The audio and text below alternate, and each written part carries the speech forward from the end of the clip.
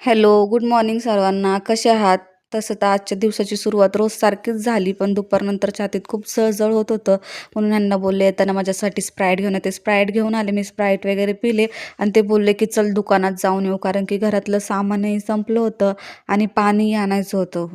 म्हणून आम्ही दुकानात गेलो. दुकानात गेल्यावरती पहिलं पाणी घेतलं आणि मग दुकानात गेलो. दुकानात गेल्यावरती थोडंफार असं सामानही घेतलं आणि दूधही आणायचं होतं म्हणून दूध आणायला गेलो. आमच्या घराजवळ खूप छान गाईचा गोठा आहे. तिथं फ्रेश दूध भेटतं. दूधही घेतलं आणि घरी आलो. घरी आल्यावर त्यांना विचारलं, की "तुम्हाला काय खायचं का?" तर ते बोलले, "मस्त भोपळ्याचा हलवा बनव." मग काय घेतले ना, काजू बदाम कट करायला.